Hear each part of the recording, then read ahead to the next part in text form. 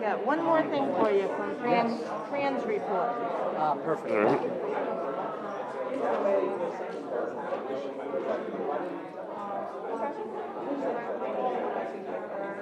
I've been Kelly, are you here before August? And she's like, you'll have her by April. I'm like, good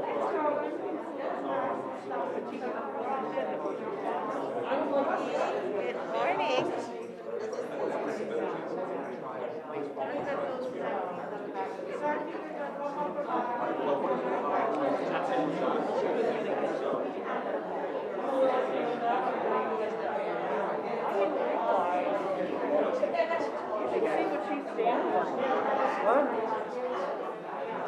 Morning, gentlemen. Morning, how are you? I'm well. You guys doing good? Excellent. Thank you. Business is hopefully rocking and rolling as well as Yeah. Jamming. Yeah. Can't complain. Yeah, absolutely.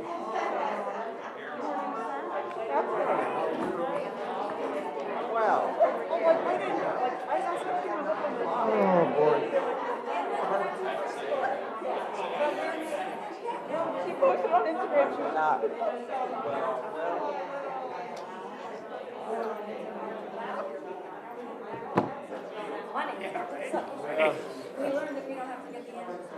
We come in, had dinner at your restaurant. I can't remember her name. Whatever disinfectant. One of your older servers.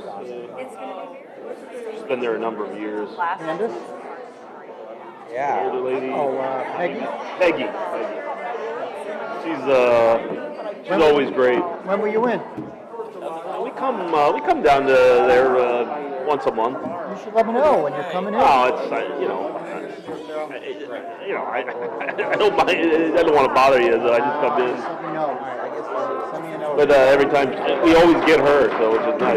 Yeah, Good morning. she remembers us and everything. She's a good lady. If everybody could please take their seats, we'll get started. Good morning, everyone. Well, I'd like to call to order the meeting of the Lee County Tourist Development Council for March 11th, 2021. I've got 9:01 a.m. Let's begin this morning by standing for the Pledge of Allegiance. I pledge allegiance to the flag of the United States of America and to the republic for which it stands, one nation, under God, indivisible, with liberty and justice for all. Thank you. You may be seated. Let's call the roll, please. Commissioner Brian Hammond. Here. John McClain. Here. Pamela Cronin. Here. Tony Laffey. Here. Colleen DePasquale. Here. Robert Wells. Here. Bill Wachulis. Here. Brian Kramer. Here. Fran Myers and Rexanne Fossafrost are excused. We do have a quorum. Thank you very much.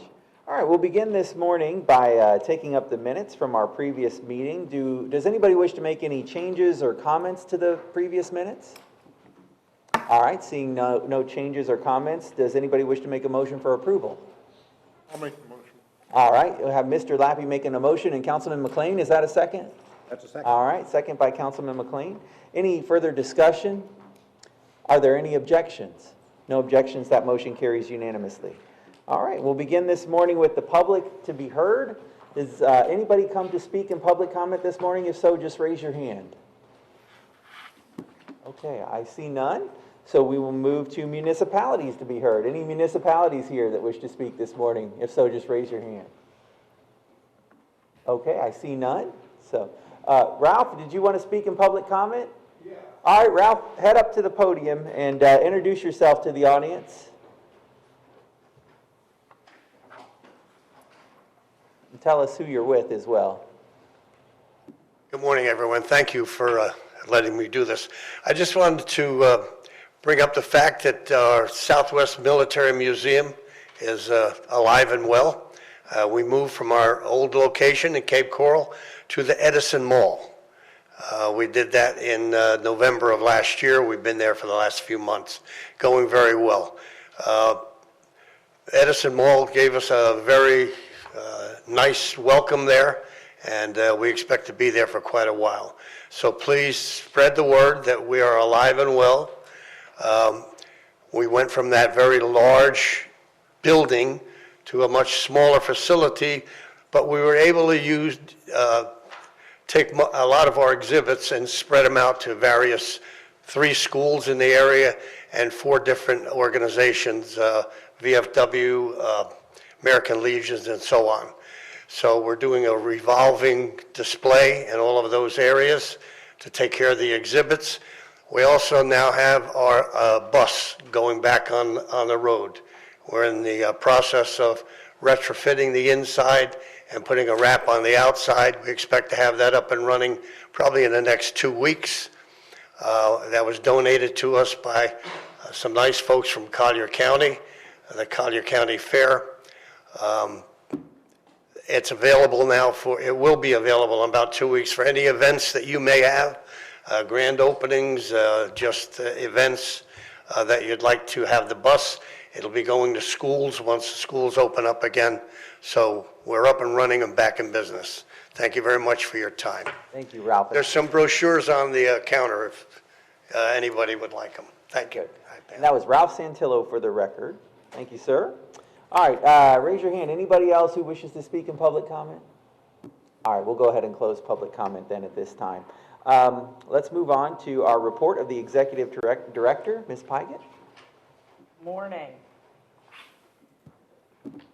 January bed tax collection came in just under 5.2 million, down 8.8%. And for the fiscal year to date, so 4 months of the fiscal year, 13.6 million, down 8.6%. I will remind you that this time last year we were up 18%. So the January 21 number actually represents an increase over January 2019, but obviously not an increase over January of 2020. So just wanted to share that. We really did start the year with a bang last year, and I think, some of those declines you're seeing relate to that.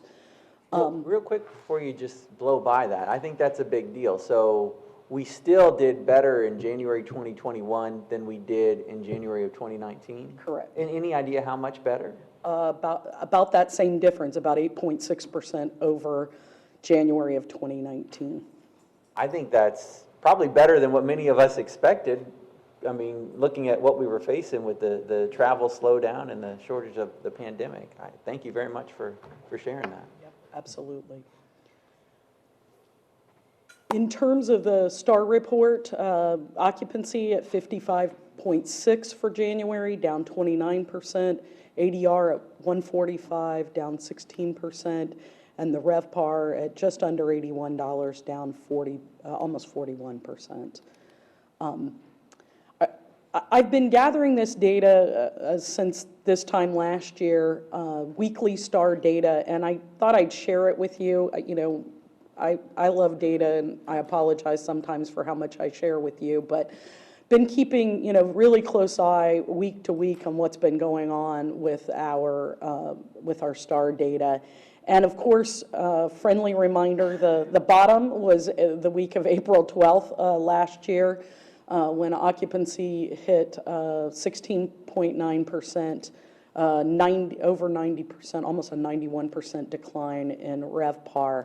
And as you will see, as we click through these slides, slowly but surely, those numbers have, the occupancy number has been growing. There are certainly some bumps in the road along the way, but you will see that we have been slowly but surely regaining both ADR and occupancy over time, while certainly not where we want to be. It is significantly different than where we were a year ago. The height, I guess we'll say the height, although we did beat occupancy the week of Valentine's Day, is that last week of 2021, when you see RevPAR down only 9.8%. Definitely the holiday week was good to us, but as you'll see, it has been a little bumpy, but things have definitely been showing improvement over time. So just sharing that for context. As I shared with you last month, we now have key data dashboard information that we can share with you. And in terms of the vacation rentals, Occupancy for the month of January was 58%. That is down 13.4%. You will notice that ADR there was actually up at 239 for a RevPAR decline of 10.9%. And keep in mind, these are averages, like star averages. So, you see that maybe a little bit more closely aligns with what you're seeing in terms of bed tax revenue, but it is interesting to keep an eye on this, and we now will be sharing this way with you every month. I did put the last 2 and next 4 in your TDC packet, but that's a lot for each month to go through, but it is there if you're curious about that. I can say that, we knew there definitely were some challenges for January and February. Of course, as you would expect, starting in March, everything is an increase over the previous year, no surprise there. But when you look out the full year with the key data, of course, that's based on current bookings. And as Bill will tell you, Bill and Tony and Rob, the booking window is like, a day or 2 right this minute, but we're pacing ahead for the rest of the year in terms of vacation rentals. Yeah, we see significant change in the pace, though. If you go back to the summer, it was 8 days, and January it got to 30 days. In February, now it's 45 days. So as the vaccines have come out, people are getting more comfortable in making their plans further out. So as the vaccines go up, the pace is actually booking further out. I don't know if you guys are seeing the same thing, but they are booking further out. And I genuinely believe that, given the way the vaccines are rolling out, the anticipation of even more vaccine rolling out over the next few months, I suspect we're going to have a really sound summer. I'm very bullish on summer of 21. We will see how that turns out, and, we're going to have to, like everything with this, no one has a crystal ball, but I think that we have the potential to have a really bang-up summer. Is this ADR for a vacation rental? Is that what you're? Yes, correct. How do you determine that? I mean, if there's a house that's rented for a big number. Yep, it all averages out to that. It all averages out. So key data, I don't know if you're familiar with them, Tony, but they kind of collect 2 different ways. They have some direct relationships like Star with some vacation rental companies where they provide their data to them. And then they also do what a lot of the other companies who provide vacation rental data, they do the data scraping. And so they use those 2 factors to impute these numbers. It's certainly not the rock solid information that you see in the Star report, but it's a benchmark that we can use. So yes, you're correct. There's a lot of different unit sizes and types in that number for sure. But it is at least a benchmark that we can sort of place. Where were we in this market a year ago and where are we now? And if anybody locally, any of the vacation rental companies would like to connect with them so that we get more direct relationships there as opposed to imputed information, I'm happy to help make that connection. But it is something that we've talked about around this table a lot over the years. Why does the Star not match up to what we see in terms of bed tax collection? Well, part of the reason is because a large percentage of our bed tax collection is coming from vacation rentals. Yes, Rob? I'm assuming you give the same incentive to well, I don't know how you do it. It'd be different. So, there's a hotel incentive on an advertising bonus if you give every report on an annual basis. We've had that running for a long time. So good. Would we do that? Are we doing that for the vacation rental? It's kind of hard because it's a company, right? Yeah, a little bit different. Yeah, that's for participating in the DSG report. That's an interesting thought. You gave me an idea there. We'll have to look at that, Rob. I haven't given that any thought, but. I'm just trying to figure out a way to incentivize them to, well, at this point, I don't understand why they would participate. Yeah, honestly, the better the data, the better the data in, the better the information we have to make good marketing decisions out. So it would be helpful, the more people who participate. But participating with them gives you a whole lot of advantages that we can't provide on the VCB side. They get down to zip codes and, all kinds of additional information on who your customers are. So, again, I'm happy to help make that connection if anybody would like, but it's an interesting product for sure. And there are other companies that do the data scraping, rooms. There are other ones out there, but I felt like, honestly, with the direct relationship, this was a little bit better benchmark for us than the fully imputed. So Tim, if we wanted to get involved, would we contact you to get the key? I mean, you could go directly to them, Tony, but I'd be happy to make that connection. Okay. Yeah, sure. Tam, this is great data, but if you go back to the bed tax, there's no way to say what's hotel and what's vacation rental? 100% correct. We don't have, that is not a perfect science, but year-to-date, it's about 49% is in that real estate category, just for context. 49%. So, big chunk, Yeah, big chunk. The rentals that are not, vacation rental. Vacation rentals, real estate. In that, you know how the clerk of courts breaks out by municipality, and then, of course, unincorporated county, but there's a third category is real estate, and that category is about 49%. that seems huge. Do you know what it would have been? I mean, have we ever looked at what it maybe was a decade ago? I don't know that the data is completely comparable because, as we know, things have changed significantly. And as we don't control that data, you know, it's collected by the clerk of courts. I don't know that I could do that, but certainly if you'd like, I can reach out and ask them if they could do that for us. It'd be, you know, and keeping in mind, you know, Airbnb didn't exist 10 years ago. Things have changed significantly in that arena. I think everybody would agree.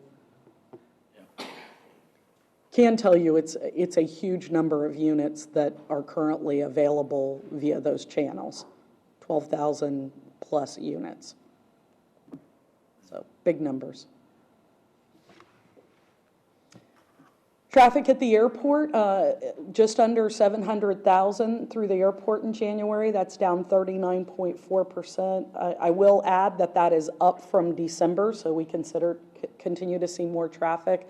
I know Ben's here if anybody wants more information on the airport, but Ben, I think I heard we're like top 20 in terms of airport activity in the country right now. Yeah, we are, typically we're number 40, 42 in terms of. Here, go say all that good news at the podium real quick. We'll get it on. I think it's great information, right? Yeah, I really do. I was impressed. I got a chance to speak with Ben yesterday about how things are going at the airport, and while obviously they're down, they're doing a lot better than our counterparts around the nation. Correct. Good morning, everyone. Yeah, so typically, you know, Southwest Florida International Airport ranks probably 40, 42 in the country. Right now, we're like number 18 in the country in terms of, you know, TSA throughput. That's kind of how we're measuring things. In terms of recovery, we continue to be number one in the country in terms of recovery, in terms of how we're progressing, and we're seeing a lot of lift coming into the airport. Obviously, starting this month and really progressing into the summer, which we're real excited about. Number of seats projected for April, which this is post-Easter. We're seeing more seats projected than we did in April of 2019. So, you know, it's good news. And we have a lot of, Southwest and Spirit have announced a lot of new summer service for us and additional flights to existing markets. So we're excited. We think that, you know, obviously the vaccine, the game changer for everything is making a difference. And just the fact that people want to come here. I mean, it's just the bottom line. The state's been open for a real long time, and the weather's been beautiful. People are anxious to get out of their northern states, and they are coming not just to Florida so much, but they're actually coming to this market. We continue from a recovery standpoint, lead the state of Florida, and are actually doing much better than a lot of even the other Florida airports. So it's all really positive news right now. We can just hope it continues. So, and I'd be happy to answer any questions. So, just for clarity, just the number 18, is that, you said TSA traffic year over year?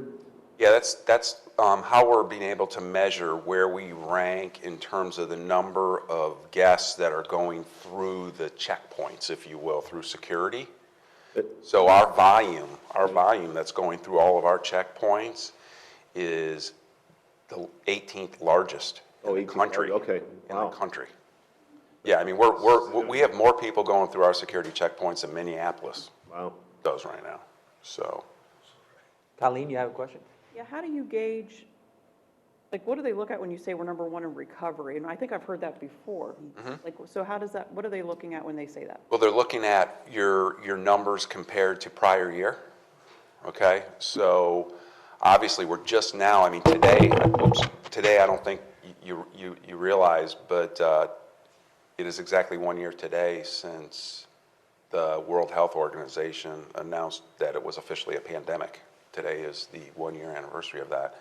So when we start comparing ourselves to 2020 now, it's not going to be incredibly meaningful. We're going to start comparing ourselves a lot more to 2019 and 2020 because the 2020 numbers will be important from a recovery standpoint. But so that's, so we're really going to start looking at two sets of numbers now to see how well we're performing. When we look at, like if you just talk about January's numbers in terms of what Tam was talking about, we were down 39% compared to January 20. January 20 was the busiest January in the history of the airport. Okay, that was our busiest January ever. When you compare it to January 19, we're down probably more in the 20% range. So it's better, obviously, just like the numbers Tam was talking about in terms of bed tax collections and things like that. So anyway, are there any other questions? Are they going to have more lift coming in because we're not going to be seeing the European travel? You think that the airlines are going to put more lift in if there's demand? I don't think that really has a whole lot to do with it, Tony. I think a lot of it just has to do with the airlines are recognizing the demand to come here, and they're all about gaining that guest and customer confidence in travel again. And if people want to come here and people want to get in airplanes, that's where they're going to put their equipment. Because once they get them on an airplane and they get them comfortable flying again, then they feel that they can get them traveling throughout the country again. So I think it's more about that than it is the international travel right now. News on the international front, I mean, when things might open up again, I'm just still too far out to tell. I think that's a little too far out. Canada is, we've been monitoring Canada. I mean, that's a pretty decent market for us this time of year. And Carol, I know you're out there. How Canada services continued to be suspended until April 31st. That keeps getting pushed out, yeah. So Canada's struggling. They are struggling, and the people there are struggling. Yeah. From our point of view and, what we're looking at in terms of our planning, we see the UK coming back first, Germany second, and Canada third. I mean, that is the way we're looking at this right now, based on all the indicators and, what's coming from the governments in those communities, so, in those countries. So I think that, now, that could change. I think we thought originally Canada would come back first. But as time has worn on, we see Canada maybe actually coming back last, which doesn't make sense. But, again, this is all about how quickly that vaccine gets distributed and when they're comfortable opening those borders. So, but I think, to Ben's point, and Tony, kind of to tap into what you said, I think the lack of international travel is going to affect how many flights we get. I mean, because people are going to travel domestically and they're going to take leisure trips. And so summer vacation to beach destinations is going to be very high. Ben, isn't that, Yeah, I mean, I could agree with that. So Yeah, I guess the lack, I mean, there wasn't a tremendous amount of destinations, obviously, out of this market, but throughout the country, there obviously were. So, to that point, I can understand. I think you I see can that, understand the People want to get out of the north and go somewhere, and if coming here is, obviously desirable, that's where they're going, so. and it's comfortable. I think all the things we've talked about for the last 30 years as an organization, uncrowded beaches and nature and being outdoors and what we have to offer continues to be a very desirable thing for people, and It's a good experience, yeah. Exactly. From the time you get here. Rob, did you have a question? Yeah. Yeah, I had just a quick, I guess we could keep it brief, but your progress out there or plans for the expansion. Yes. Delayed a bit, kind of on track now. Where are you at with that project? Yeah, no, thanks for asking that. So, yeah, originally we paused that project back last April. We were ready to bid that last April, obviously, and the pandemic hit, and I didn't know how long it was going to be really paused. A year seemed very short to me, but because of the recovery and the way things are going, we met with the board, our last board meeting in January. With discussions with the board, we agreed and they approved to move forward with that project. So we will be now bidding it this April.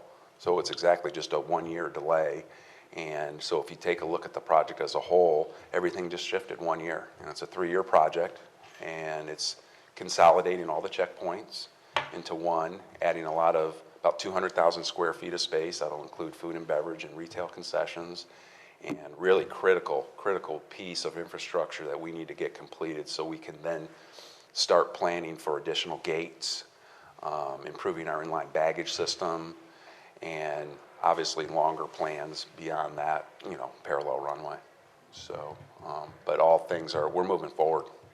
The momentum's there, and the financing plan is still very strong for the project, and we're ready. Great, thank you. Sure. Ben, thank you very much for coming up and Sure. answering a few questions. Yep. And Tamara, the one question I have is, so now that it sounds like Ben and the folks at the airport can identify the markets where the seats are being added, what do we do to coordinate then with that to make sure the marketing goes to those areas? Well, it's hand in hand, right? I Yeah. mean, we're completely data-driven. Brian's going to give you a marketing update, and you're going to hear all about that shortly. Oh, good. So let me just finish quickly. Was that it on my slides? That I'm done. That leads right into the next conversation. Let's talk about marketing. Perfect. Invite Brian Ossowski up to give you a marketing update.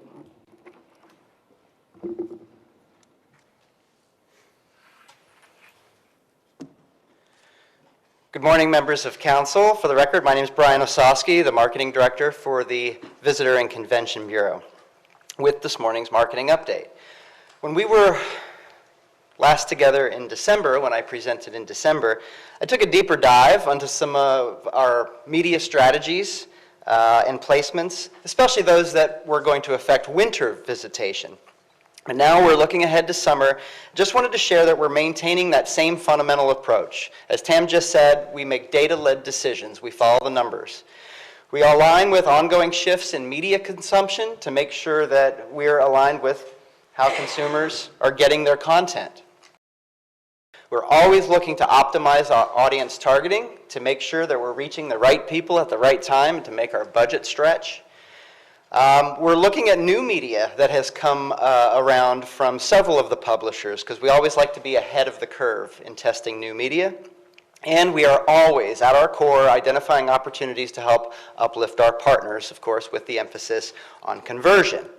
So these charts might look familiar. I've got 3 sets of these for you this morning. This was winter. So if you recall, last winter we spent just under 15% of our annual marketing budget to affect winter visitation, I should say.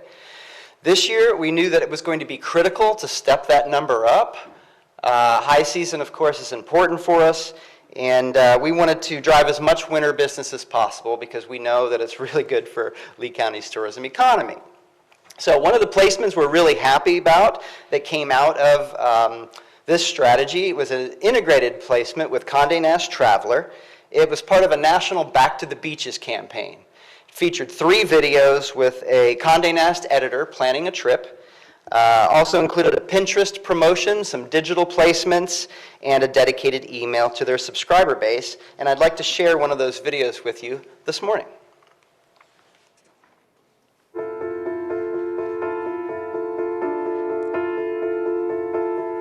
My name is Karina Quinn, and I oversee Condé Nast Traveler's online city guides.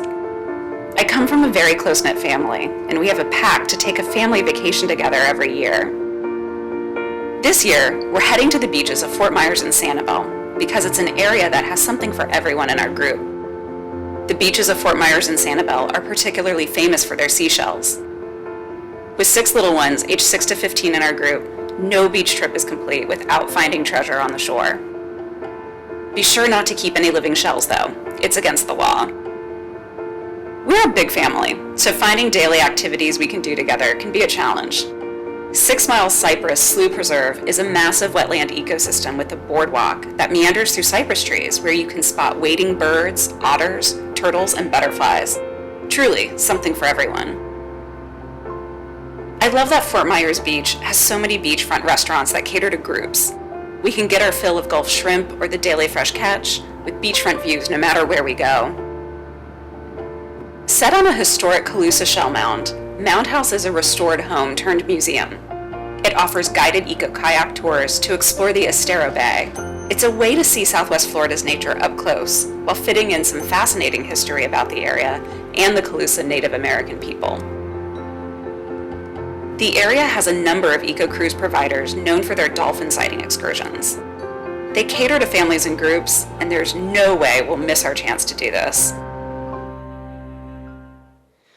So as I mentioned, that was one of 3 videos. This one focused on the outdoor family market. The other 2, one was outdoor couples, and then romance couples. Taking a look at spring, here's our seasonal weighting charts. Last year, we spent just under 20% on spring, or placements that would affect spring, and this year, just over 20%. So in effect, we were flat, holding steady. Several creative examples I'm sharing with you today are placements with Meredith. Meredith publishes these titles: Midwest Living, Parents, Travel and Leisure, and Southern Living. And I wanted to begin with the March issue of Southern Living.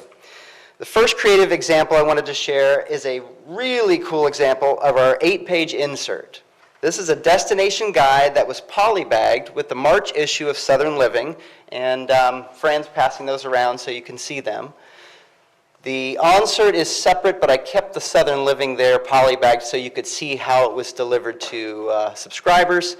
That was throughout all of Florida and Georgia. So we touch on family activities and couples and some history, and we feel like this piece really turned out well. So we're going to talk more about fly markets in a moment, but did want to call out this co-op that we put together with our friends at Naples and Collier County to help drive demand for those West Coast flights, 2 of which on Alaska Air from Seattle and Los Angeles. This campaign included some digital out-of-home in those airports, some digital ads, and then we supported with efforts across streaming radio and social media as well. So we'd like to think, Ben, that we're part of some of that traffic that you're seeing. We also have some emerging market placements in Raleigh and Louisville as well. Those, however, were not co-opted with Collier.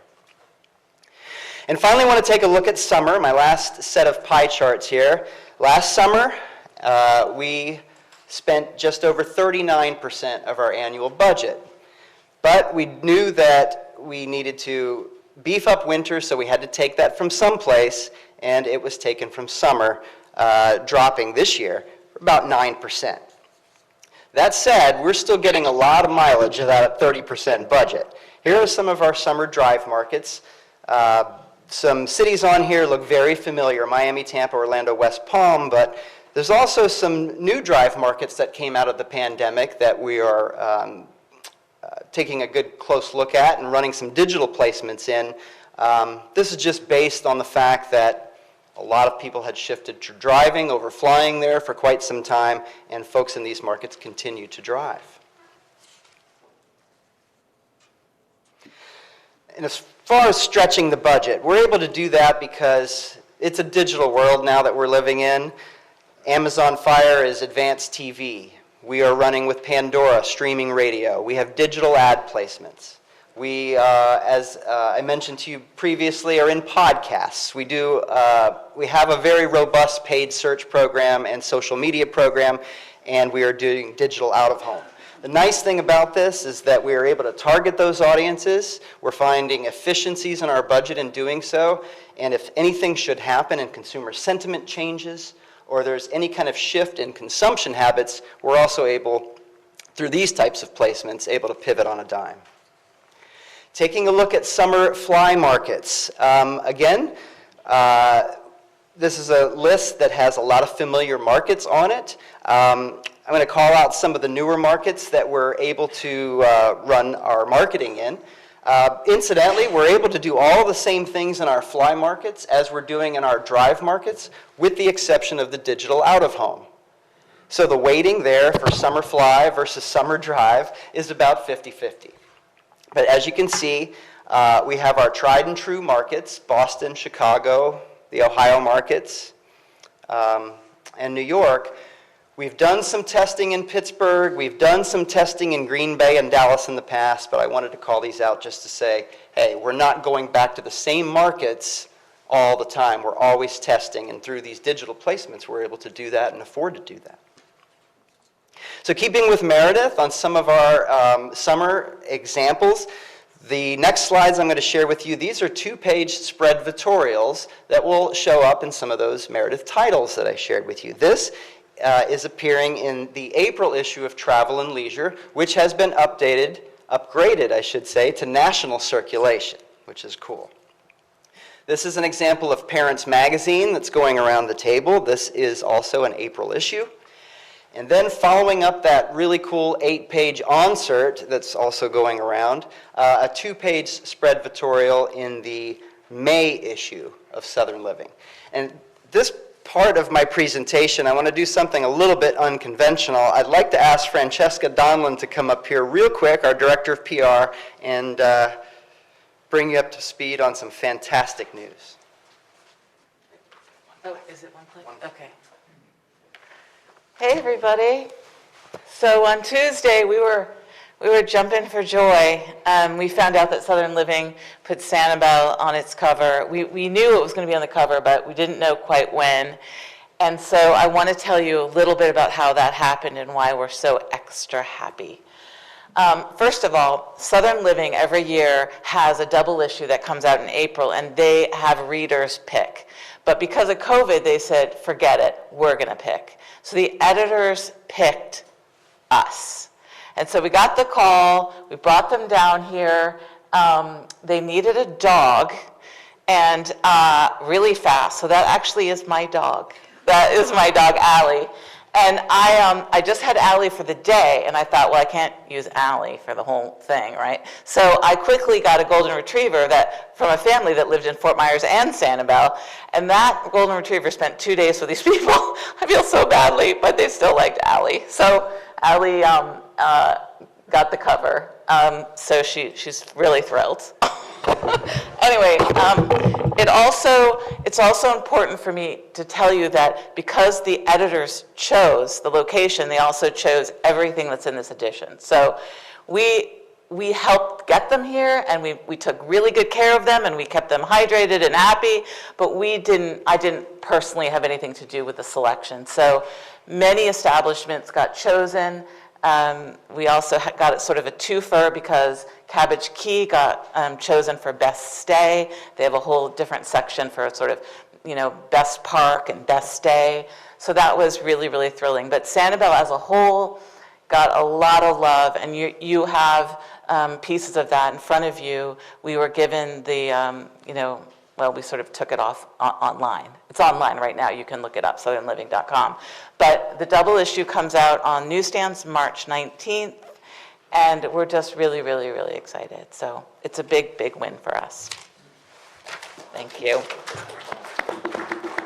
So just to add, timing-wise, you had the concert in March, you've got the cover in April, and Brian's got the two-page spread in May. So Southern Living is Beaches of Fort Myers and Sanibel certified for the next few months, and that's good news as people are starting to think about traveling again in the South. So great work, guys. I think Fran may have also passed out the Jan-Feb issue of Midwest Living. That was also one of the Meredith titles.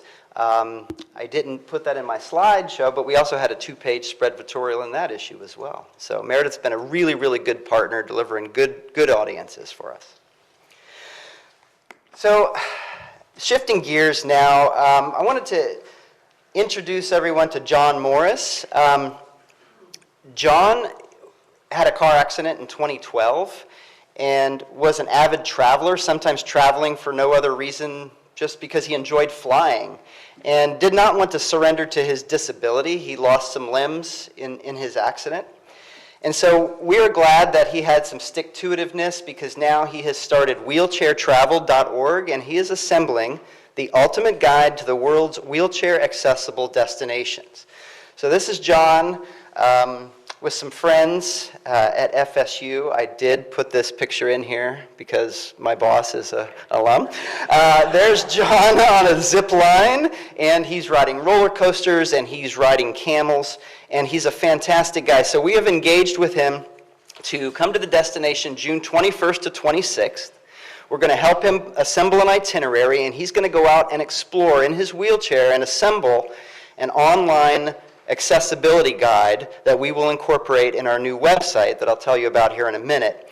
Also, one of the things that we're doing with John, partnering with Simone and the Visitor Services team on our Team Tourism series, he's going to be giving a half-day partner workshop to talk about ways to make your accommodation, your attraction, your place of business more accessible from someone who is an avid traveler. And so we think that's going to be some important information that he's not only sharing with all of you, but with the Bureau as well. More information on that to come. Speaking of the website, I just wanted to bring you up to speed. We are in development on a new consumer website. It will be mobile first. It's really got too many bells and whistles to talk about today, but we are looking at a fall release. One of the things that will be incorporated into the website, in addition to John's accessibility guide, is going to be our Threshold 360 virtual tours. Now, we're providing these tours to our partners throughout Lee County at no cost. It's a joint effort with our sales team. And right now, you can see from this map, you have to count them, but there's just under 160 locations throughout the county that have been completed, and we are on our way to 500 points of interest. So here's what a snippet of what one of those virtual tours look like, this being from the Hyatt Coconut Point.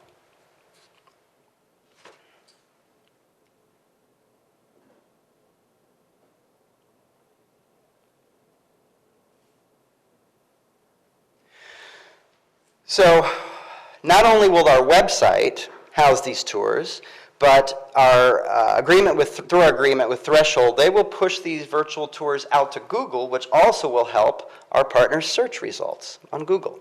So it's easy to sign up, threshold360.com/schedule, or as I said, we're partnering with our sales team. You can reach out to Jen Walla, or if you know of someone that might benefit from this, please pass it along. Keeping with the online theme, we did launch our Sunsaver Passport in November. I think when I presented in December, we were just 3 weeks in. Just to give you a quick update, we now have nearly 70 deals on the Passport, just about 3,500 signups, and approaching 250 redemptions. So Nancy McPhee on my marketing team has done a fantastic job with this. We're starting to integrate it more into our newsletters and into our social media efforts, and we only expect our Passport to grow. All tourism-facing businesses, by the way, can participate. And then rounding out our list of what's new, for 8 or 9 years now, we have been partnering with Lonely Planet on our visitor guide. That is changing because now we have a new partnership with Miles. Miles has been around since 1954. They're a full-service agency, but they also produce destination guides and maps for destinations all across the U.S. I think they shared that they have 80 visitor guide clients. They brought some really creative ideas to the table. We are off and running on production of the guide, and we're also looking forward to a fall release date to align with our new website. And that is my report for this morning. Any questions? Anything you want to know more about? Rob? Those guides over the years now that I guess people are going online so much, how much are you seeing or tracking people calling to request these guides? And I guess, do the hoteliers, are they providing information back to y'all as usage, or how much these are leaving the racks of the hotels? Not getting any consumption figures from the hotels. We do get them from the airport, and we do get them from our direct mail fulfillment vendor, who is Kaleidoscope. So we'll take the online requests through MMGY and send those lead lists to Kaleidoscope, and they'll do the fulfillment. We also do have our front desk staff answering the phones and taking that information as well. Over the years, you're right, our printed guide consumption has gone down.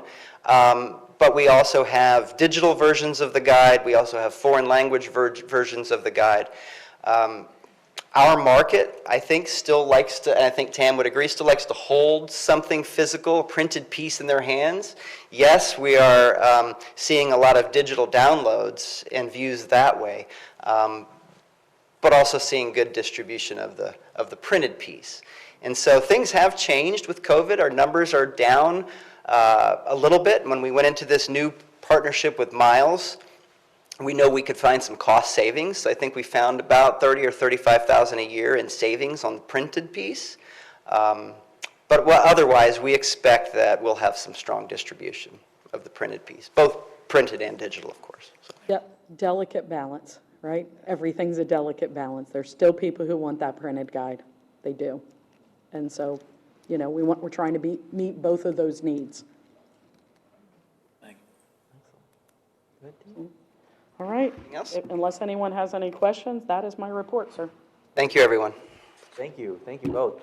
All right, at this time, we'll move to the report of the Sports Development Director. Jeff, I feel like, first of all, let's say thank you for the good work you've been doing out at the vaccine site, and Tam, your team too. I mean, really, everyone's kind of taken on this extra duty of helping us to get our community vaccinated, and speaking with folks from the Florida Department of Health, we have vaccinated enough people in Lee County now that it really represents more than 50% of the over 65 population here in Lee County. So it's really, we've seen, yeah, thank you guys. I mean, we've taken on that mission as well as continuing to run the county. So I'm eager to hear your report, Jeff. Thank you, Mr. Chairman, and good morning. And Tam and I are blessed to be part of a huge county team of staff who are out there every day in the heat and dealing with, you know, it's high pressure out there, and it's amazing to see everyone come together and put so many shots in arms. So appreciate that. So today we're going to talk a little bit about our October through December numbers, which also means that's our annual report as far as the calendar year is concerned. Some good news and some bad news in there, or some disappointing news. So start with October 2020. If you guys will remember, it's been a long time since I've done a report. September of 2020 broke all of our historical records because there was so much, there were so many events out there looking for homes, and we were able to grab a lot of them and bring them over to this coast. And the same thing happened in October. So October was our best tourism month in our history of sports tourism.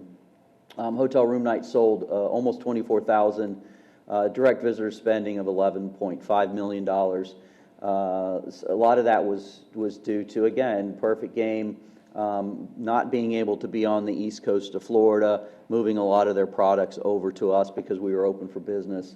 And then, you know, a lot of folks, again, pent-up demand coming into the fall was significant. And for us to, we had one of the very first Florida half-century softball events. That's men 50 and over who are still competitive in softball. They wanted to get back on the field because you remember the governor opened up youth sports first, and then there was a demand for adults to really get back on the fields too. So, if the next slide, you'll see the jump in room nights for typical October to 2020. Now, if we go to November, I guess what goes up must come down. And we probably had one of the lowest Novembers in a very long time, at least a decade. In hotel room nights sold in November was a little over 20,000, direct visitor spending of 10.5. And the reasons for that was a whole accumulation of stuff. We, in 2019, had hosted the Hobie Worlds, which was a significant tourism number. We had a very large sports conference, which counted in 2019, which didn't come back. And then even though adult sports was now back on, there was still some hesitancy from those of higher ages who were still very skeptical about getting back and playing sports again. And our two key events in November are always the Roy Hobbs World Series and the Senior Softball USA. So even though those events still happened, you can see we dropped 66 teams from Roy Hobbs, which was 25% of the tournament. And a lot of those were teams from Canada and Puerto Rico and some national. But there was still some hesitancy in that age group to come back and start playing sports again.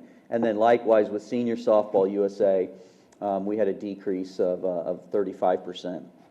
The good news about November was that we were one of the very few destinations that did keep their two college basketball tournaments. We had the Gulf Coast Showcase still happen. There was a lot of rearranging, and teams dropped and teams added on. And part of their event was at FGCU this year, and part of it was at Hertz. And then the Fort Myers tip-off, we thought was going to was started to fall apart and disintegrate as well. And luckily enough for our community, they were able to grab a very elite team within about, we really had about 6 weeks to work on this, not even 6 weeks, it was about 4 weeks. And we were able to host Kansas, Gonzaga, which is the #1 team in the country right now, Auburn and St. Joseph's. Normally, and as you guys will remember, our business deal with Intersport is that we get 2 destination commercial spots at every game. So that's the beaches of Fort Myers and Sanibel's commercials. Normally they're on FS1. Normally it's about a $600,000 ad value. Because of the mix-up and the shake-up that COVID caused in the college basketball tournament world, we ended up on Fox National on Thanksgiving Day, right before the Dallas Cowboy football game.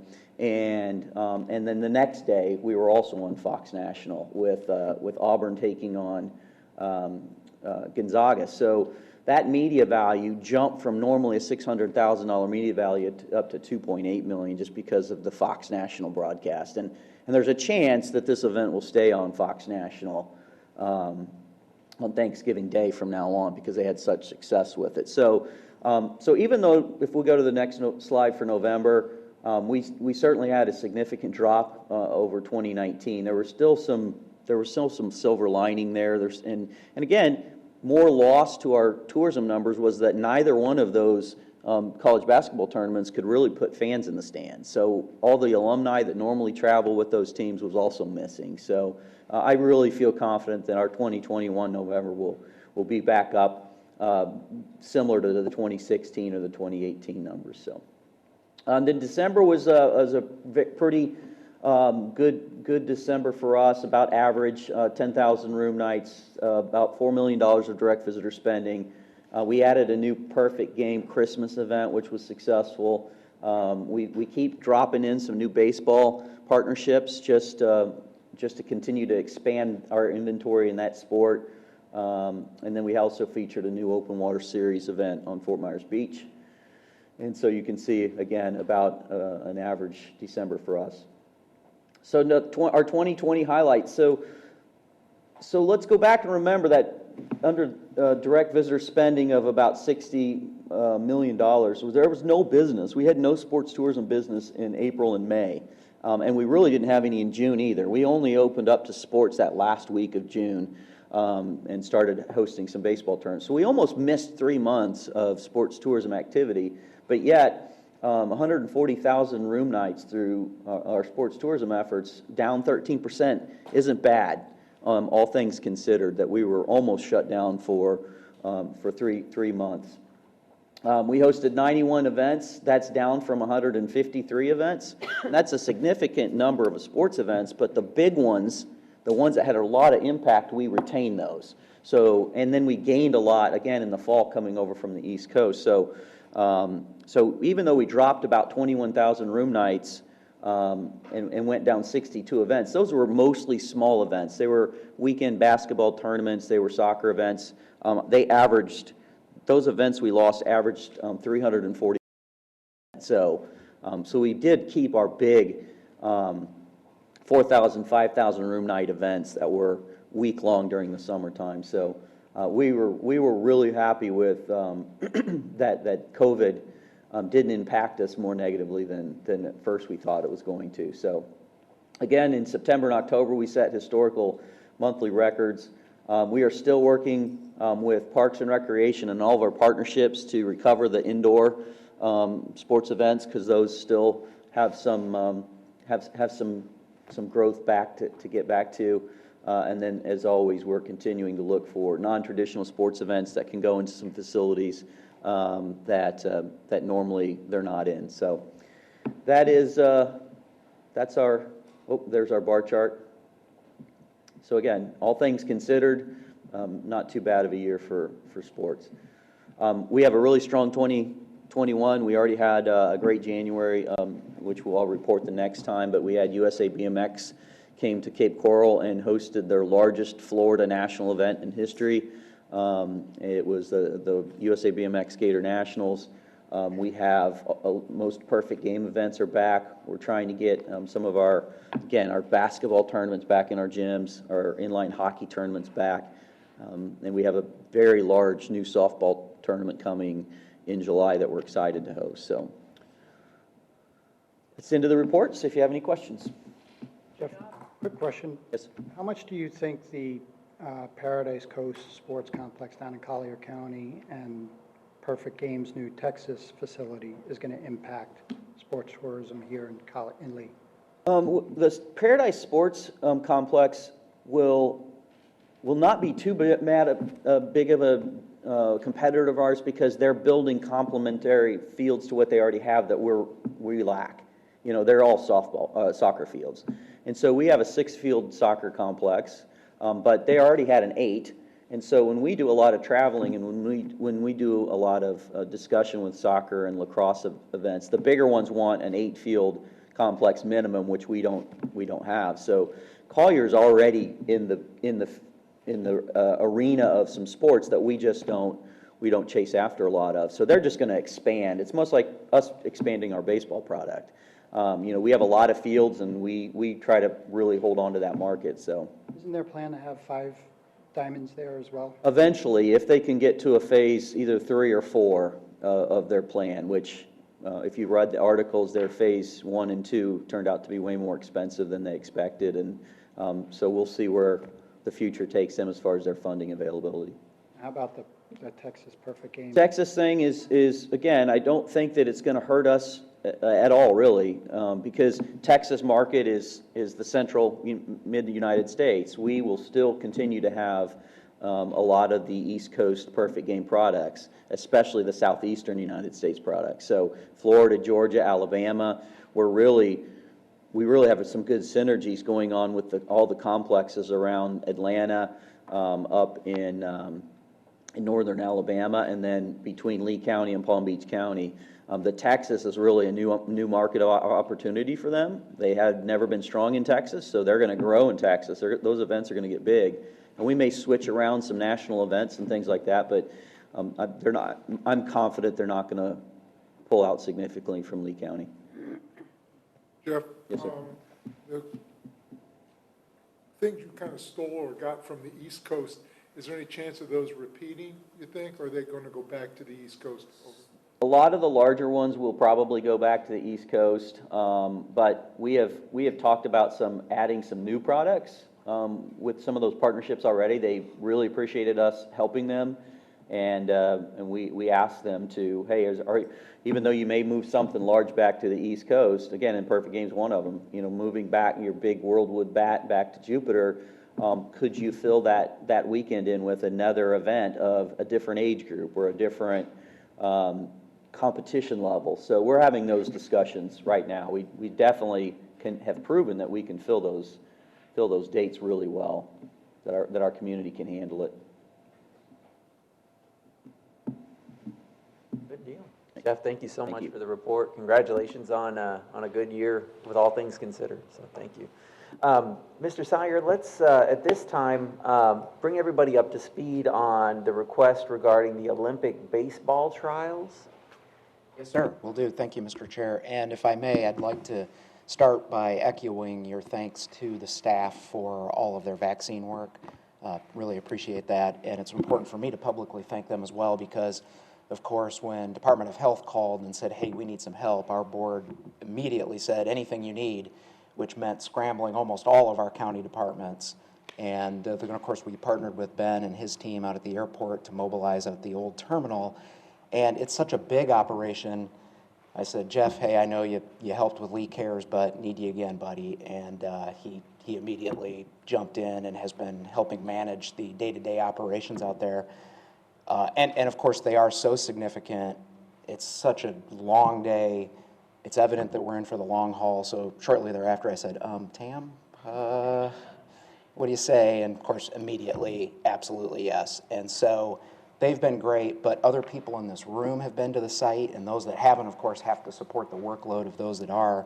And even Amanda and Fran, they do the payroll for everybody out there. So I just tell you this by way of, it's an amazing effort of the team that enables those vaccinations to happen so we can have discussions about bringing the Olympic qualifiers here, et cetera, et cetera. And so thank you very much to everyone.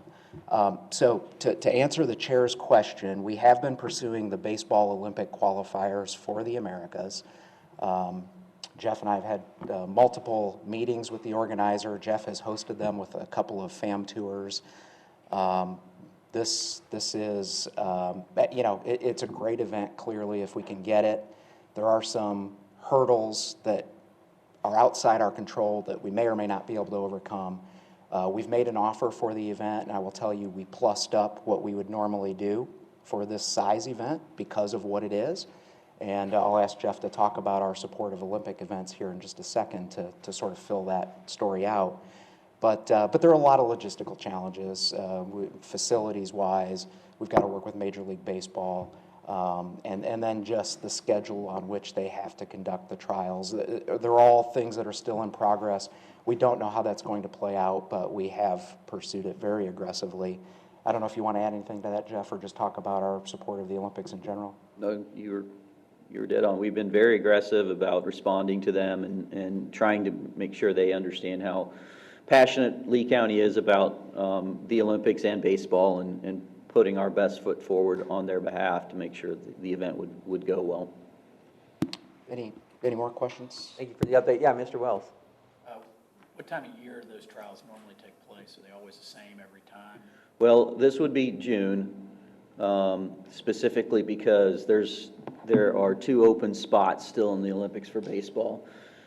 So the Americas get 2 spots, and Mexico's already qualified for 1. So this is a chance for Team USA to still get in. And then at the end of June, Taiwan is hosting basically the last chance. So all the teams in the world who have not qualified all will have to go to Taiwan and compete in the last chance slot, and then 6 teams will be in the Tokyo Olympic Games, provided the games happen, which we're all confident they will. But. All right, thank you for the update, Glenn. Thank you. All right, at this time, we will move to for council information. Tam? Evening reading for you in your packet. Enjoy that. Keep you informed on what's going on out there. Thank you for doing that. I appreciate that. Well, let's move to TDC member items. Pam, do you have anything for us today? I don't. Just it's exciting though to know that it's been a year now and it was like doomsday for a couple of months there. And now all of a sudden we're all optimistic again. So that's just a happy thought. Yeah, it is. Thank you. Councilman McLean, anything? I'd like to tag on to Glenn's comments and thank Jeff and the organization. I personally experienced the airport site get my vaccination. It really ran, like a good military operation is very thing, but it also, I think with all the volunteers that you had out there, it was very personal. People really seemed to care about getting you through there. So kudos to everybody involved in that, and what an important event. I just wished it could be even used more heavily than what it was, because it was set up to do more than the day that I was out there. So thanks to everybody involved. Councilman, thank you very much for those comments. We're really proud of our team and the efforts they put forward out there. And the good news is we have started to see more shots coming to that facility. We certainly feel like we could do more per day, as you mentioned. Do you know what was the latest that we're starting to see out there now? We will do 12,000 this week. Okay. So, I mean, that's fantastic. I got a chance to stand with the governor when he visited Lehigh Acres earlier this week, and he announced several new CVS pharmacies getting shots in town here. The governor, I think, is looking at and talked about the long-term vaccine strategy will be moving away from mass vaccination sites and moving more towards the traditional pharmacy distribution network that we are used to seeing with like flu shots. But I don't know at what point they'll start to make that shift. We're certainly encouraged by the fact that we've actually gotten more doses, especially with Johnson & Johnson and things coming online. So, Mr. Chair, that's a good point. And if I can clarify to your point about seeing more come in, so we were scheduled to do 12, and we've actually added 2 during the week because of the Johnson & Johnson allocation. So it'll be about 14,000 this week because of that new supply. That's fantastic. So, slowly but surely we're getting there. I kind of track the numbers every month, and at the end of the month of February, we had vaccinated twice as many people as had caught COVID in all of Lee County. So, I mean, that's kind of a big deal when you start to see those milestones, and we'll just keep working to get those percentages up and getting with the program. And Monday, for anybody who's interested, the age drops down from 65 to 60. So I know there's a lot of people who have been excited about that. The governor explained that by saying in a lot of counties where they've gotten that percentage rate up very high of the 65 plus, they see the demand starting to soften. So they want to keep those appointments going. So they've dropped it down to 60. So that's good. Colleen, anything for us today? I do. I wanted to just bring to your attention, I'm sure everybody read Tam's email on Friday about the legislative update, but there's something, and I passed it around. I just want you to be aware that there are 2 bills, one that sits in the House and one with the Senate, presented by strong leadership, that would change our tourist development tax use and change some other things. But the biggest impact would be that they would like to authorize that they would like to be able to finance flood mitigation projects or improvements out of tourist development tax. The other piece, which is, I feel is as concerning, but Tam's like, no, it's really about the money, Colleen. But for me, we would have to have a referendum or some kind of a vote as a community by July 2026, and then have to do it every 5 years after that to approve the use of the bed tax. So there's a cost to that, plus some of the challenge, and who funds that, but one of the challenges with that is, I'm not sure there aren't people in this community who don't think their ad valorem tax is paid for the JetBlue. Like, they don't understand the impact of bed tax, what that pays for the beaches, the sports, the marketing, the tourism, which makes all of us so successful.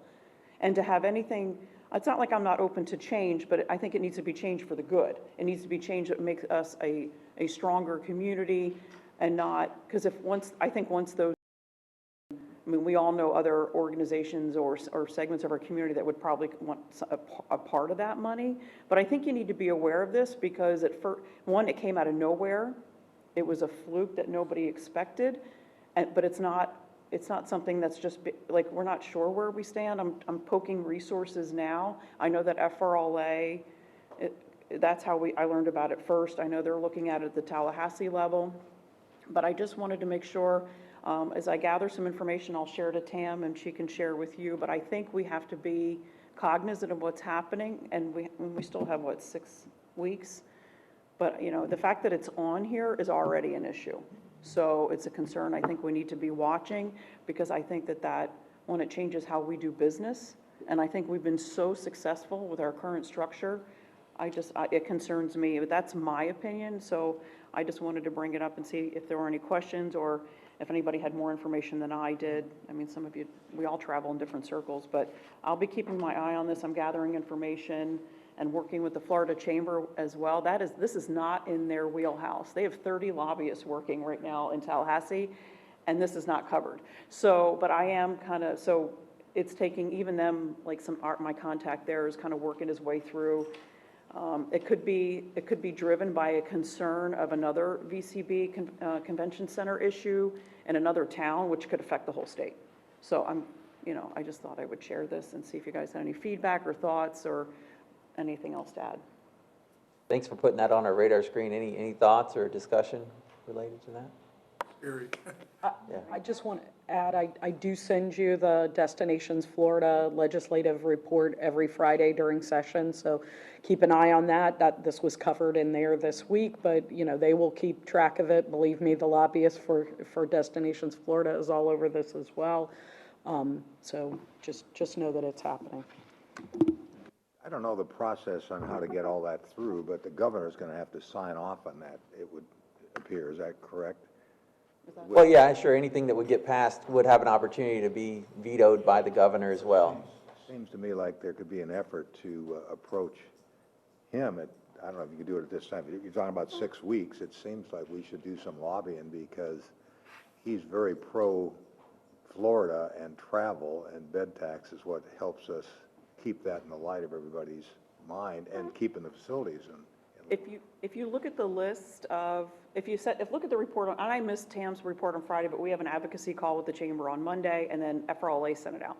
So we are getting a lot of information, but there's what Tam sent actually lists all because it goes through committees, actually lists who sits on the committees. We have nobody local. The closest is James Buchanan, is actually the chair of the next committee it goes to, and he's out of Sarasota. So I will try to connect with him, and then I might reach out to like Kathleen or Senator Pasadomo and say, like, do you realize, unless you live and breathe this stuff like we do, and it's, you know, unless you're in it, I'm not sure you realize the impact of the significant changes you're recommending. You want to make a change, it's one thing, but to add these, it's a very, in my mind, it's very willy-nilly, and I'm not sure why they want to do it. So, you know, I would like to hear that as well, but you're right, you know, like we do have some time, but I think, you know, but the next time we meet, we'll have no time, right? So it's like, you know, I'll share what I learn, and then, you know, feel free to connect with me if you have anything else, so. Thank you, Colleen. Councilwoman Smith, you had a comment real quick? Yes, very quickly, Vice Mayor Annabelle. My question is, do you have both of those bill numbers? Is there a House bill, a Senate bill, and have they been heard at this point in either committee?